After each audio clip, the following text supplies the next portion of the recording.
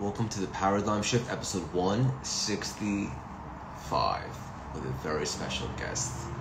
I just walked in fresh off the Brooklyn Half Marathon. I still got my gear on. I'm ready to have a lot of fun, and let's drop some nuggets. Waiting for Uncle Dave to hop on.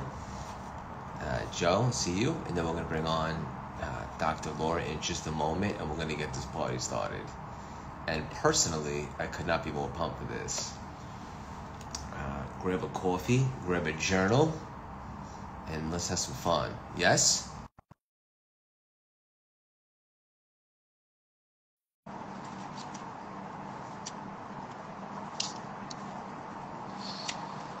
Let us know how you're feeling in the chat. And where are you guys dialing in from? Uncle Dave! Hello, Junior. Hey, handsome. How goes it? What was your time today? 1:43. 1:43. That sounds like a good half marathon. 7:55 pace. You know what? It was my worst performance ever. Does it matter? No. Exactly. I didn't have an agenda today. I didn't have my best, but I gave my best on a day I didn't have my best. Hold on to that, my brother. Hold on to that. Yeah. How are you doing? I'm doing fantastic, man. We had a very active week, as you know, from New York to Atlanta to Boca to Miami. Got home at 3 a.m. last night, and back on track this morning in glorious Southern California. You're back home? But yeah. Oh, I thought for sure you'd be in Miami right now. No, I've jumped off the VIP dinner and took a special late night flight to get back, which was really nice. I got invited.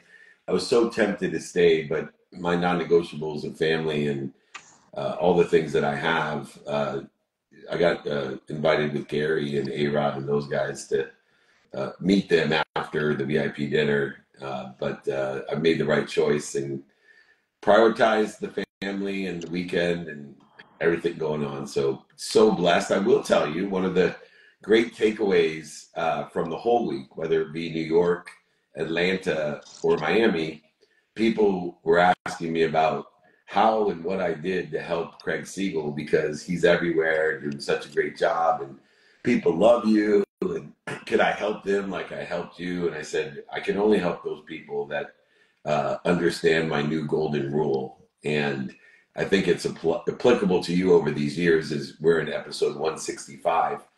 It's you're either humble or you're about to be.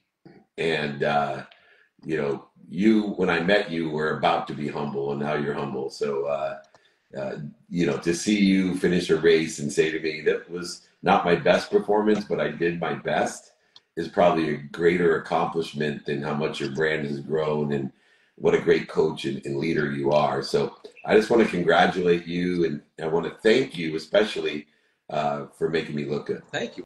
Well, I received that. I appreciate it. And, I think that healthy competition is a good thing. And I take pride in trying to become your best student. And, you've taught me so much, and there's still so much to learn, but I receive all that. Thank you. Yeah, I need 100 Craig Siegels in my life to be perfect. You know what's amazing, Craig? I was in Miami as well, and I had a lot of, and I'm very limited on my space for my one-on-one side of what I do, like I do with you, and that's why we have a wait list. But I told some of my one-on-one clients, I said, look, I need more clients like Craig Siegel, but I do like clients that pay me every month and are too afraid to call me. That's a good client to have as well. So anyone out there, I've decided to expand my business. If anyone wants to pay me every month and are too afraid to call me, then sign up. I'll be happy to give you one-on-one coaching. You always tell people, ask for help, call me, annoy me. And now you have to be annoying. You taught me. Right. And really reinforce that to the people that you care about, is to be annoying to them. Yeah, be repetitive and honest. And both of those things are super annoying to yourself, but especially annoying to other people. And so, number one, are you able to be honest with yourself, but not hard on yourself? And two, how annoyingly repetitive can you be yourself?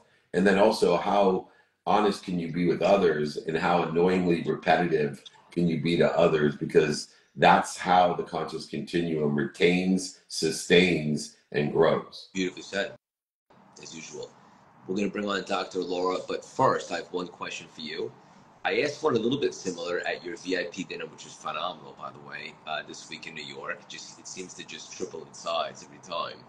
And I wanted to ask you personally. It's interesting because I don't know anyone more systematic and organized than you. You have a framework for everything, yet you're also very spiritual as well.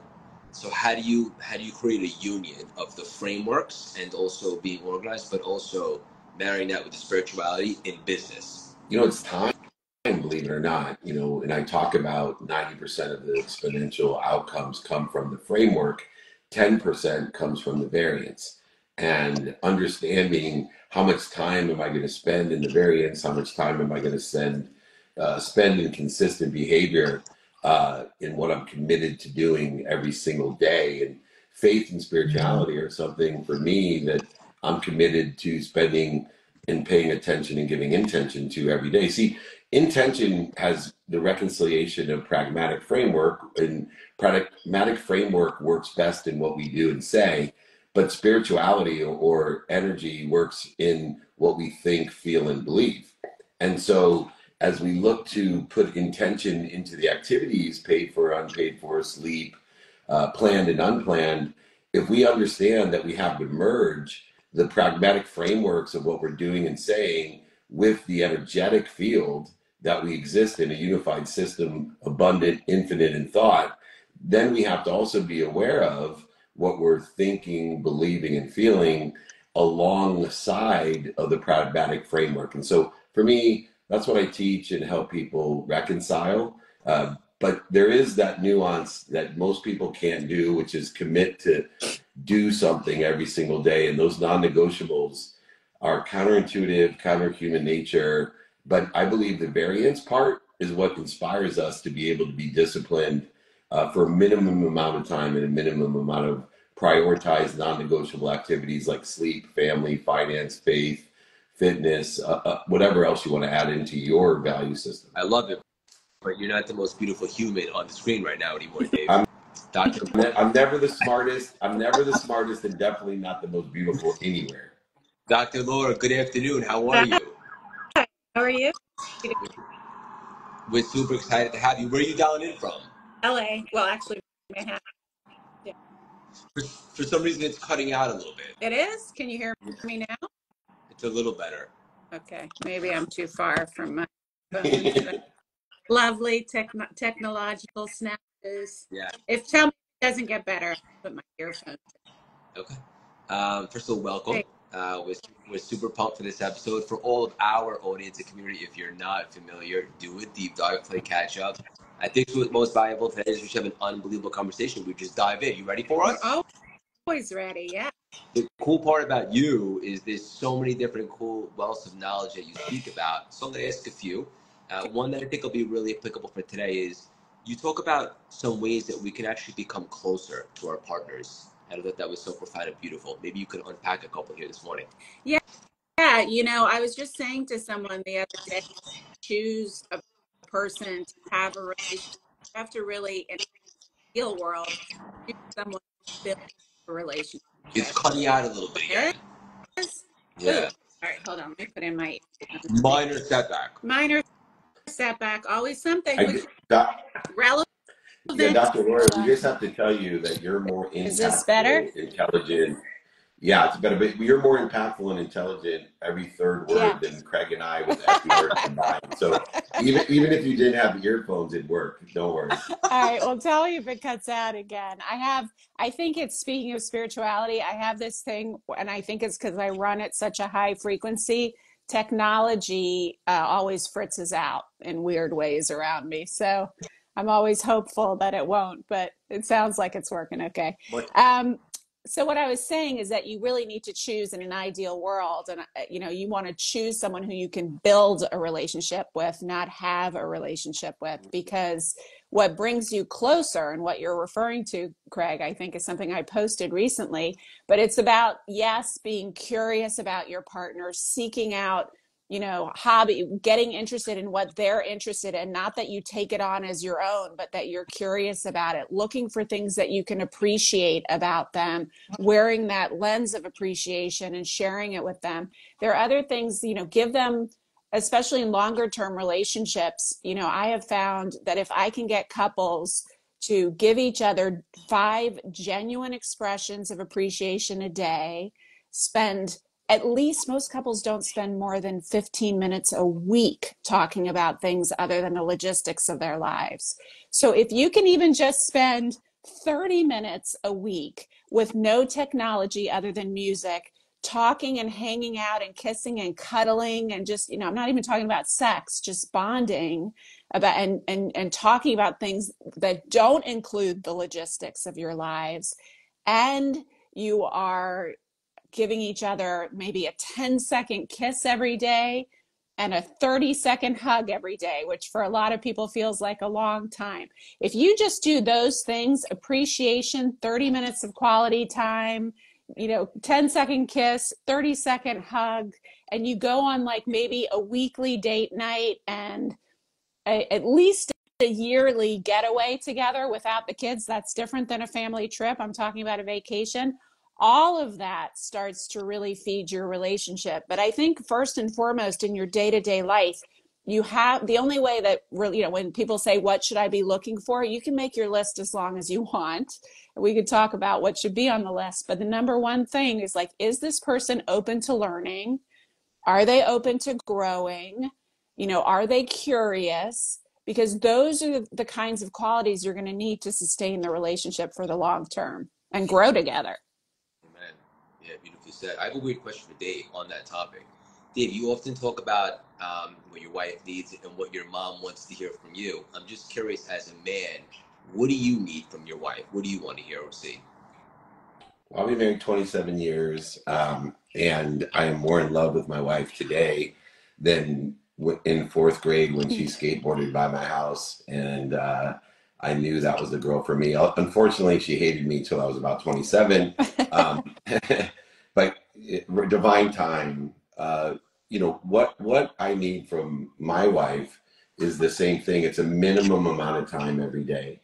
And we've evolved, just like Dr. Laura said, we spend a minimum of 30 minutes a day, every day. And I believe in the exponentiality of that continuum. And we do all the other things, date nights, and we're just blessed to be able to travel a lot with each other. We do walks as well. But what I really need from her is I need her to love me. I need her to be proud of me and to always have my back. And we express that to each other as well. And I know next to tennis, I am the biggest and greatest love of her life. And so I have to allow her to prioritize. Most people are jealous of the tennis coach. I'm just jealous of tennis. But once I came to the reconciliation that it's okay to prioritize tennis over me, but nothing else, not even my kids, then we're okay.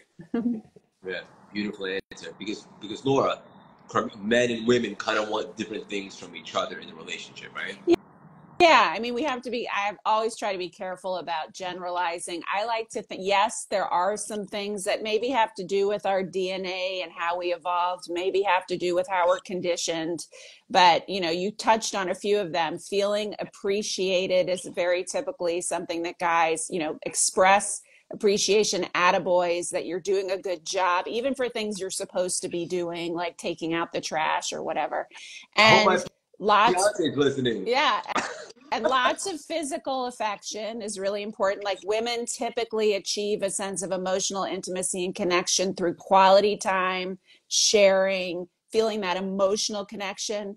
And men typically arrive at a sense of emotional connection through physical connection, through the physical act of sex or physical affection. So, in terms of attending to how a typical man likes to be loved, it's the appreciation, it's the physical affection, it's definitely having the back. But I also like to think, my podcast is called The Language of Love for that reason. I feel like each of us, there's certainly the love languages, and that can be kind of a starting point. But each of us really, because of the way we've been raised, both for good and for bad, the wounds we have, as well as the beautiful things we witnessed growing up, sort of set a template for how we receive love, how it lands on us. And one of the goals of a healthy love relationship is really learning as early as possible what makes your partner feel loved. And then doing that, even if it's not how you feel loved and how you even think to give love, because we tend to give love the way we like to receive it, giving it in a way that really lands with your partner is one of the most loving acts you can do. This is awesome. I'm so into this conversation right now.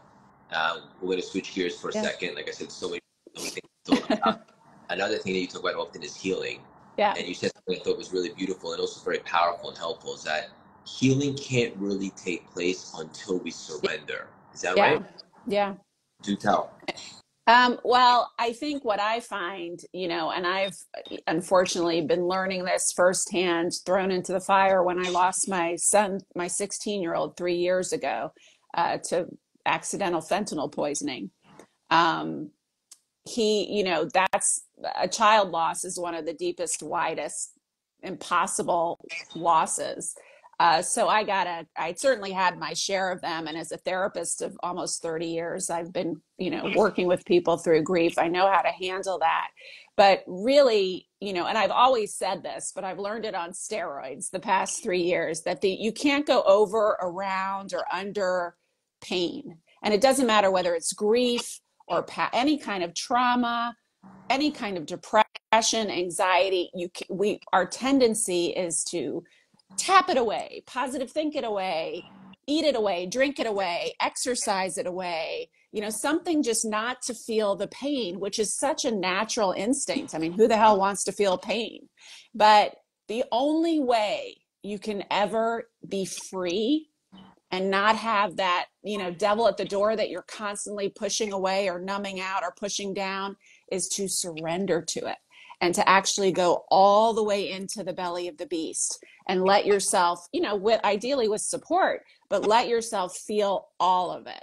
And until then, when you do, not only do you realize it's not nearly as, people are afraid to feel pain. And I'm sure this is true for physical pain when you're exercising as well. There's that point where you're like, I can't do this, right?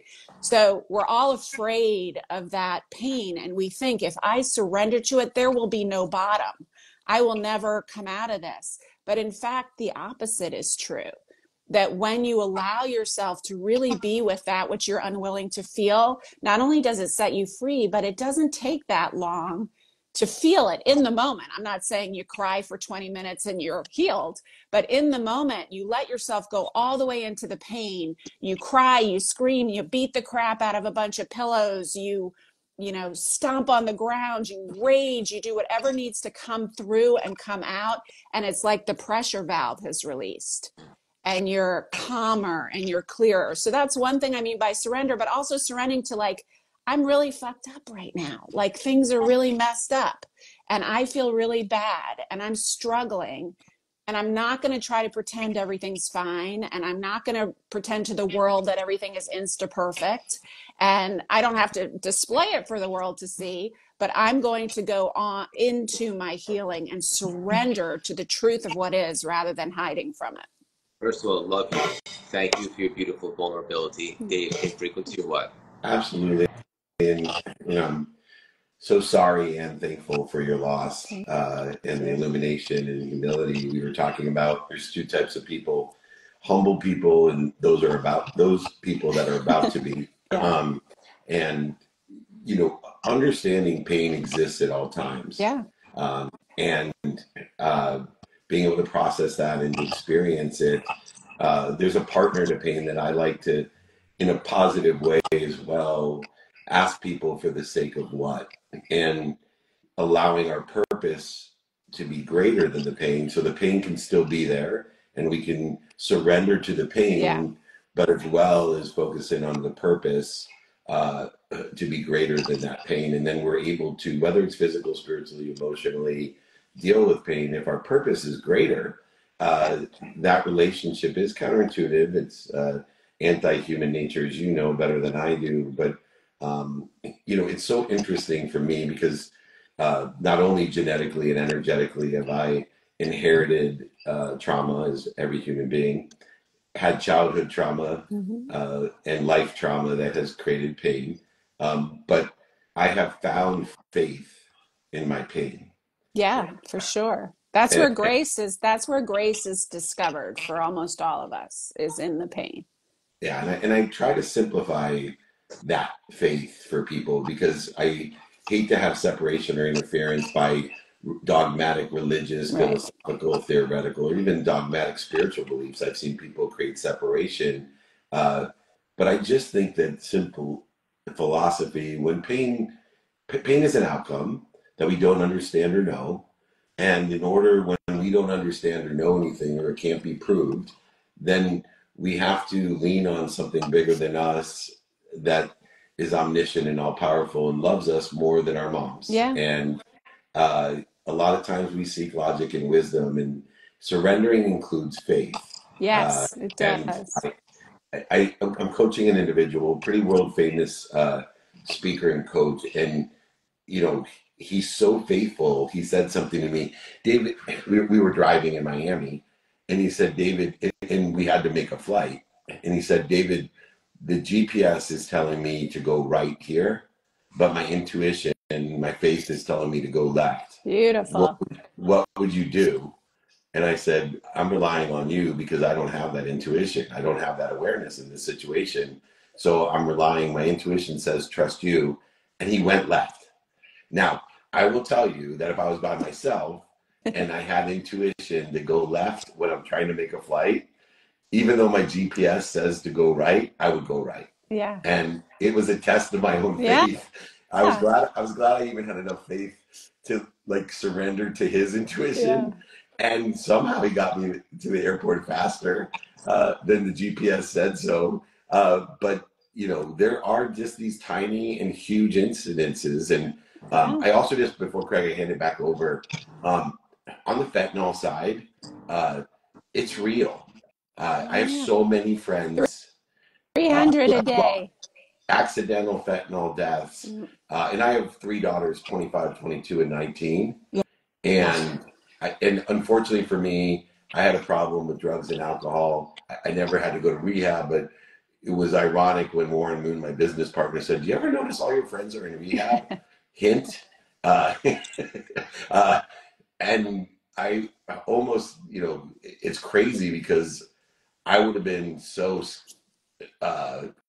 exposed to an accidental death with what goes on today. Well, so anyone can. I mean, it's 65% of street drugs have fentanyl in it, and it only takes a few little grains of sand to kill you unless you're already a fentanyl addict. So, 300 people are dying a day from this. Definitely. And good kids make dumb decisions. Good adults make stupid decisions, and especially today, you just can't, when I was young, you could experiment and make some dumb mistakes and live through it, hopefully, unless you were drunk driving or, intentionally taking heroin or something. But fentanyl is 3 times as addictive as heroin and 30 times more powerful than morphine. So it's big.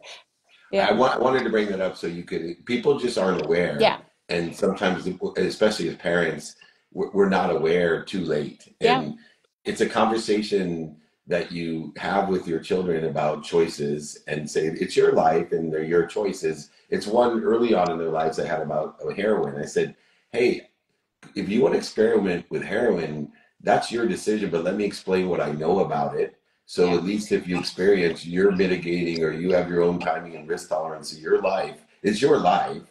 And fortunately, they decided after being educated about the risk, they didn't want to take it and experiment with it. So I think the same thing needs to be done about fentanyl. Yeah, but the problem is with what you're saying is I had a million of those conversations and my son would have never taken heroin or anything like it. And none of these kids or adults that are dying think that they're taking that. They think they're experimenting. I mean, a drug dealer got in touch with him because the Snapchat algorithm matched a dealer to him. And the dealer sent and this is what's happening. My son's not unique. unfortunately, but sent a colorful menu of like, I'll deliver one Percocet for $3 or a Xanax or cannabis or Coke or whatever you want to the house as easily as a pizza, which my son accepted. Thankfully, took a screenshot and sent it to his friend and said, this guy's offering to bring me stuff for free, because that's how they do it at first.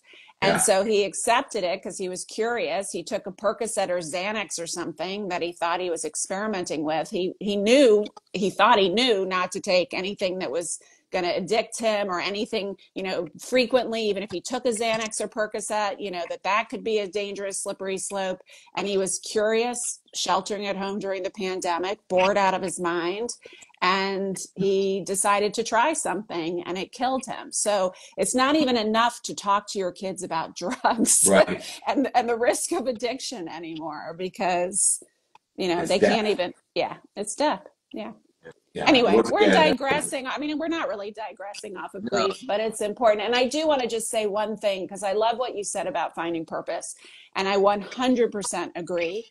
And I will also say this, that before I went through this kind of loss, and I'd been through parent loss, both parents and really important people in my life that I thought I wouldn't even get over. So I'd experienced loss before. But what I learned is that we can rush to purpose too quickly. So what I would add to what you're saying is just hold the potential for purpose, because we can use that to bypass the pain as well.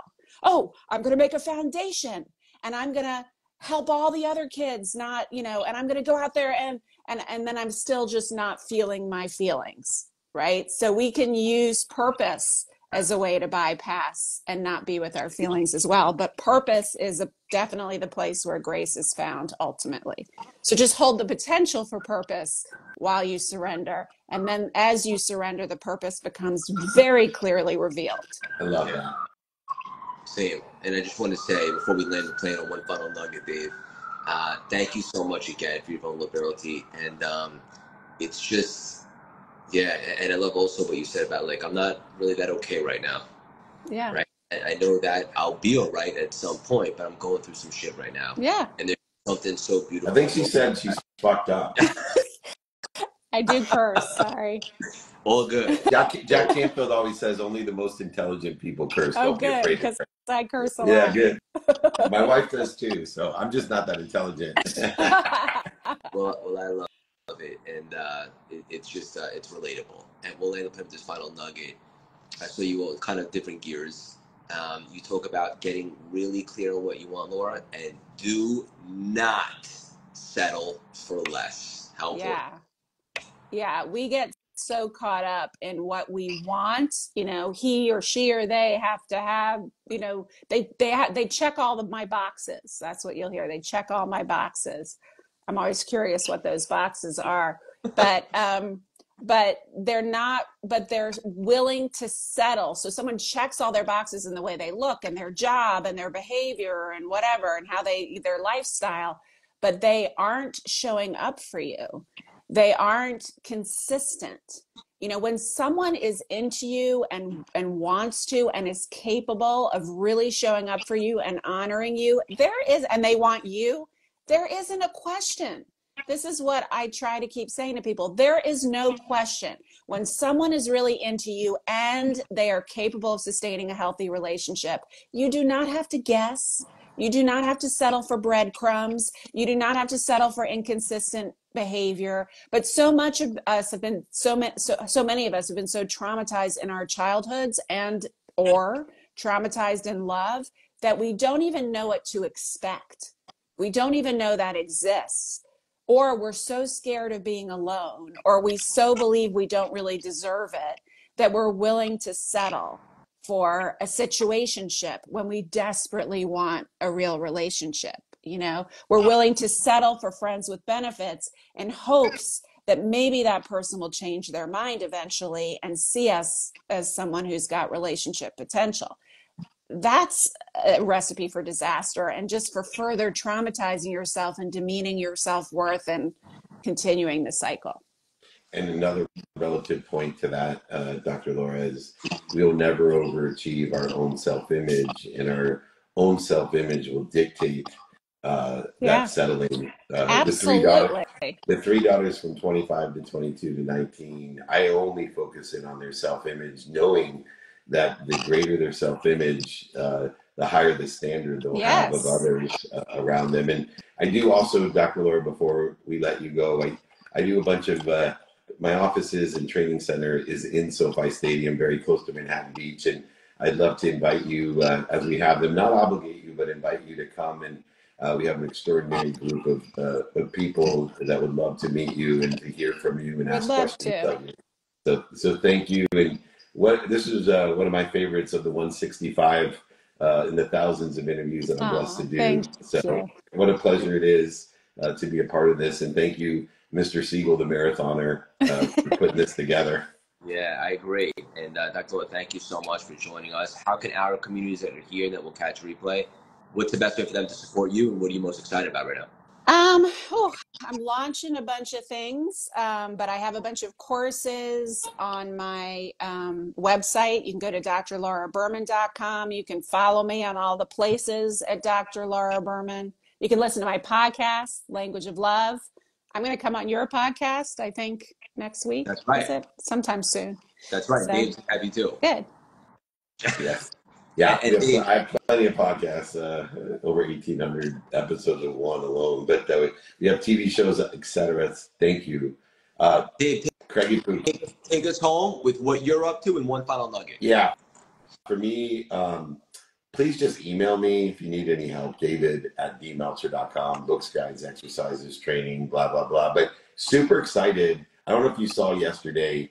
Go to Ticketmaster, get your ticket. I'm going on tour with Dane Cook. It's a Laugh Louder, Think Bigger collab. We'll be on stage bringing up nuggets and then getting audience participation at the YouTube theater.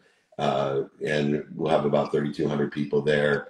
It's quickly selling out. Yesterday we launched, so our tour launched. So please join us, especially if you're in the LA area, for the collab with Dane Cook. He's super funny, but he's also insightful if you've gotten to meet him. So email me or go to Ticketmaster, get your tickets for Dane Cook and Dave Meltzer, the collab.